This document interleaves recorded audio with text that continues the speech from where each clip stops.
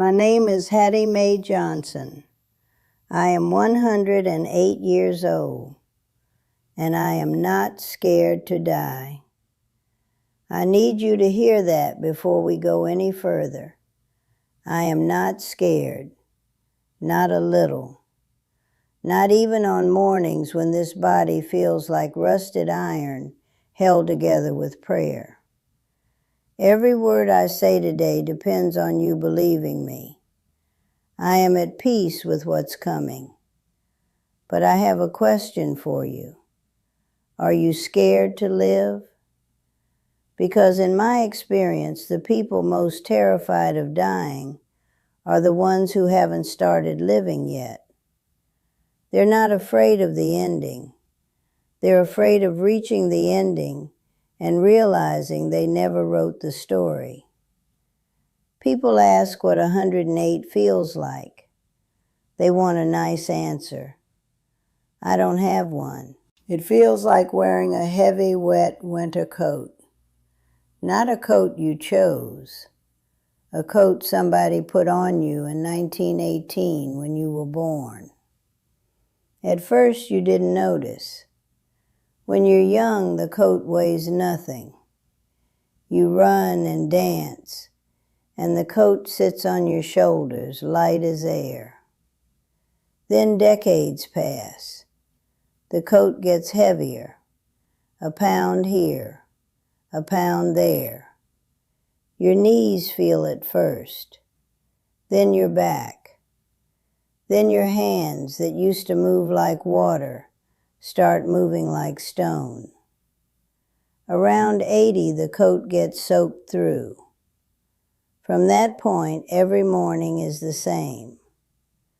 The good Lord taps me on the shoulder and says, "Hattie, put the coat back on." And I do.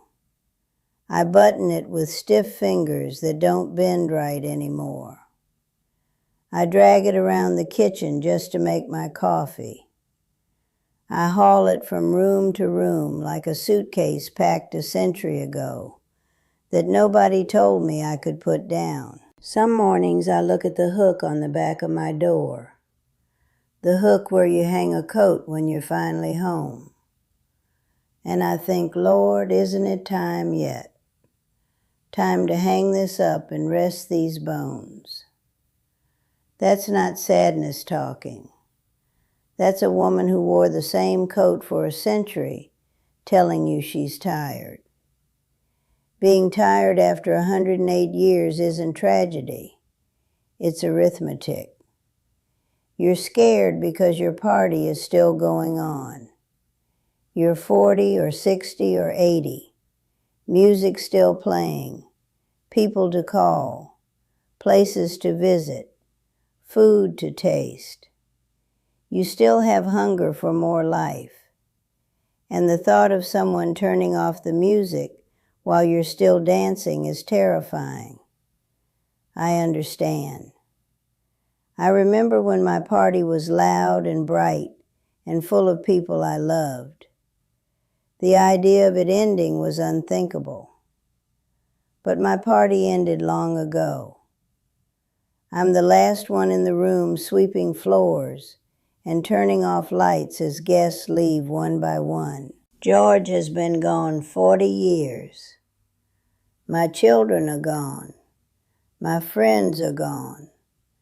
The doctors who treated me are gone. Every neighbor I gossiped with over the fence is gone.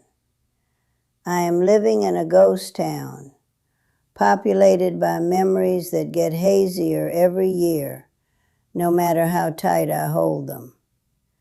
When I die, I'm not leaving home. I'm going home.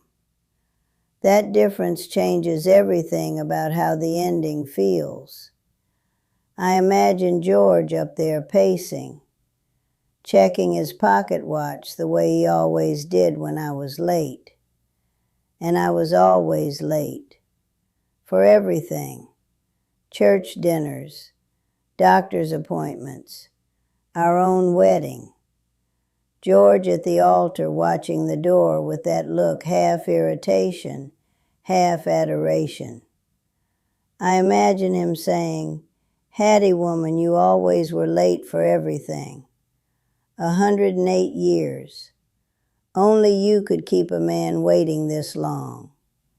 Now listen carefully, because this is the most important thing I've learned in 108 years. You think death is a thief, coming in the night to steal your time and rob your memories. A criminal breaking into the house of your life, carrying out everything valuable while you watch helpless. That's a young person's thinking. I thought that way too for decades. Death was the enemy, the monster, the thing I tried not to think about while thinking about constantly. But at my age, something shifts. Fear doesn't fade. It transforms into something else entirely. Death is not a thief. Death is a librarian. Life is a book. Beautiful, complicated, messy, extraordinary. You didn't write it. You don't own it. You borrowed it. The day you were born, somebody handed it to you and said, "Here, this is yours for a while. Read it, every page. Don't skip ahead. Don't hold back." Some people read their book, really read it. They tear pages gripping too hard during exciting parts. Cry on the cover during sad chapters until ink runs. Dog-ear favorite moments. Spill coffee on entire chapters because they were too busy living to be careful. When the librarian comes and says book is due, they hand it over willingly. Not happily, but willingly. Because they read every word.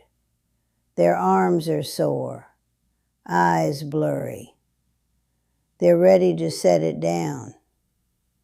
But some people keep their book on the shelf, so afraid of damaging it, they never open it. Spine pristine, pages crisp, cover unblemished. They handle it so carefully, they never read the story inside. Then the librarian comes, and they look at this perfect, untouched book and realize with horror worse than any death that they never read it. This beautiful story available every single day, and they were too afraid, too careful, too busy waiting for the right moment to crack it open. That is scary.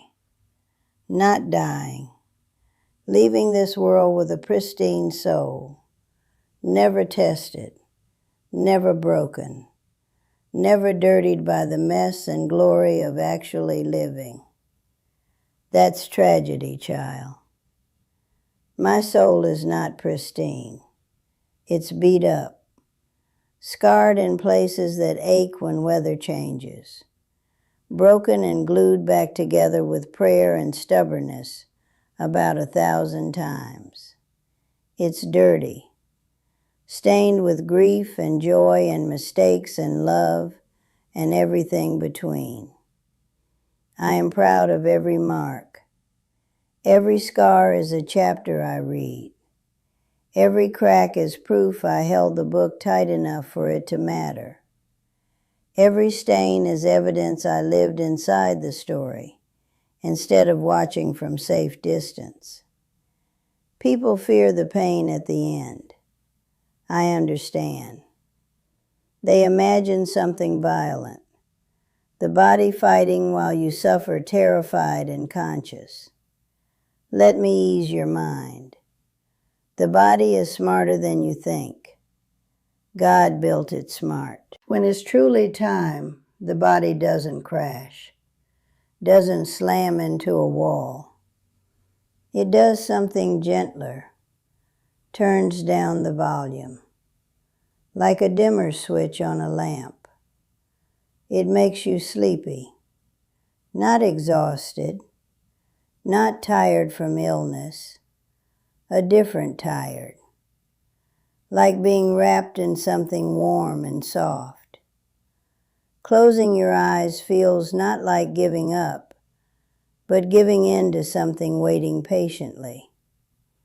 It takes away hunger, not cruelly, gently.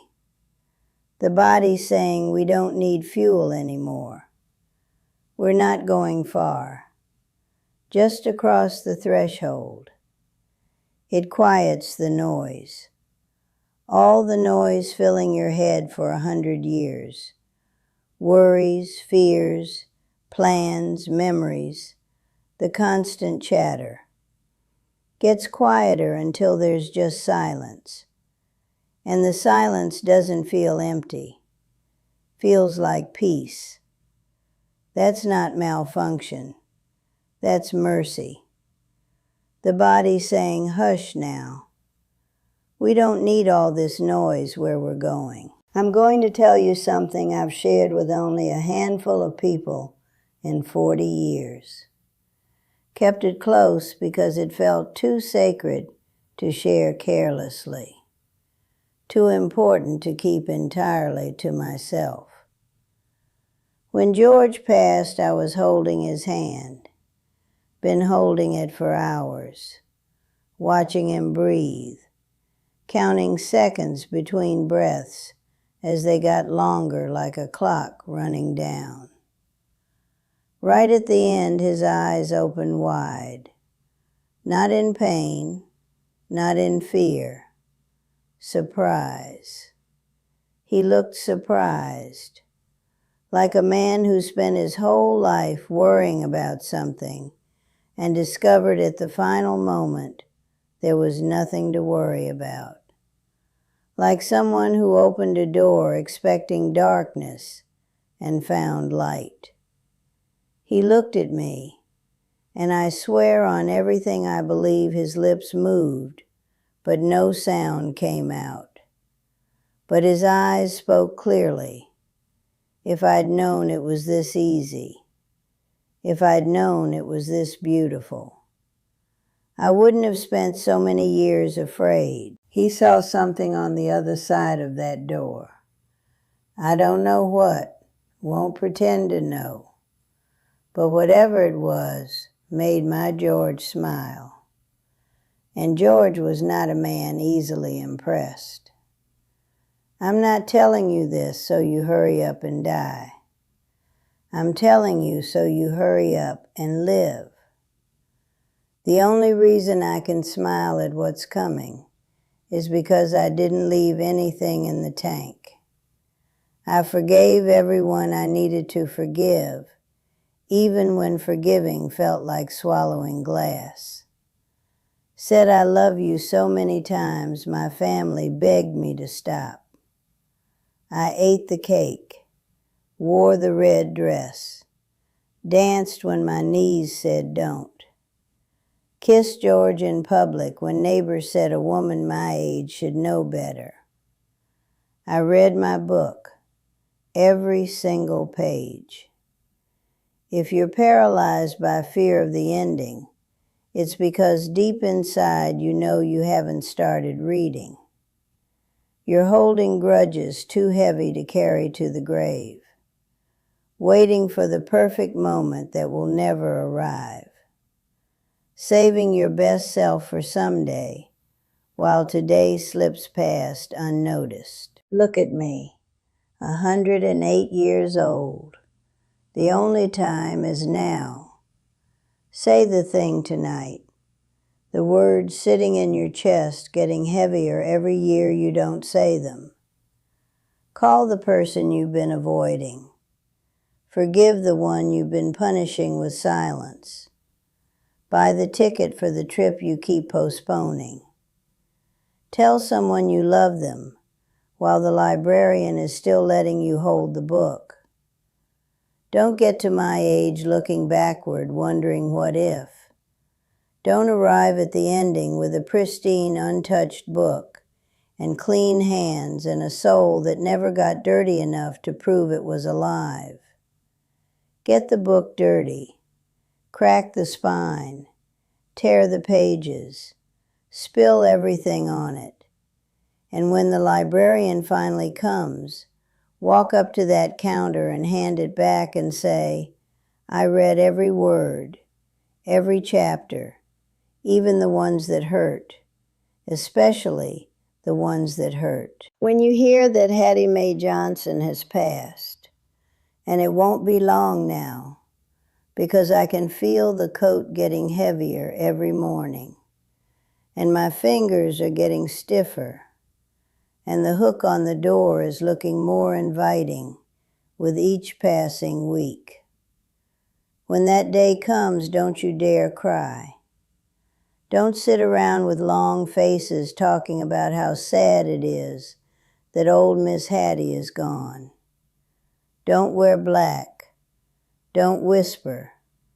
Don't treat it like a tragedy, because it is not a tragedy when a woman who lived 108 years and read every page of her book finally sets it down. Throw a party, a real one. Loud music and good food and laughter that shakes the walls. Play some jazz because George loved jazz. And wherever we're going, I want to hear it when I arrive. Eat some berries because I told you berries are good for you, and I meant it. Dance, even if your knees protest, because your knees will always protest. And dancing is more important than knees, because I'm not gone. I just finally took off the tight shoes that have been pinching my feet for 108 years. Hung up the heavy wet coat that I've been dragging around since 1918. Set the book down on the counter and told the librarian thank you. Thank you for letting me borrow this story for so long. Thank you for not rushing me. Thank you for giving me enough time to read every single word. I'll see you later, all of you. George is waiting, and he's probably already complained to everyone up there about how long I'm taking. That man had no patience. Zero. Couldn't wait 5 minutes for anything his entire life, and now he's been waiting 40 years. He's going to have plenty to say when I finally show up. But you take your time getting here. You hear me. Don't rush. Don't skip pages trying to get to the ending faster. The ending will come on its own schedule, and there's nothing you can do to speed it up or slow it down. So stop worrying about it and focus on the reading. Read every page, the beautiful ones and the terrible ones, and the boring Tuesday afternoon ones that don't seem important until you're 108 and you realize those were actually the best pages in the whole book. Get the book dirty. Love someone so hard it scares you. Forgive someone so completely it changes you. Say yes to the thing that terrifies you. Eat the food that makes you happy. Wear the clothes that make you feel alive. Dance in the kitchen at midnight for absolutely no reason except that you can.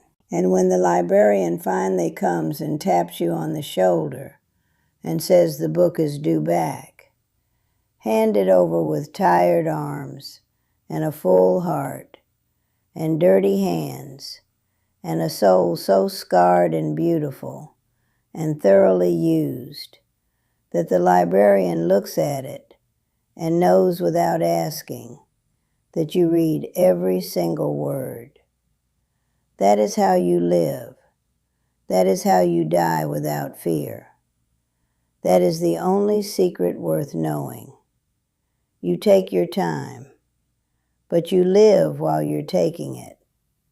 That's all I've got for today.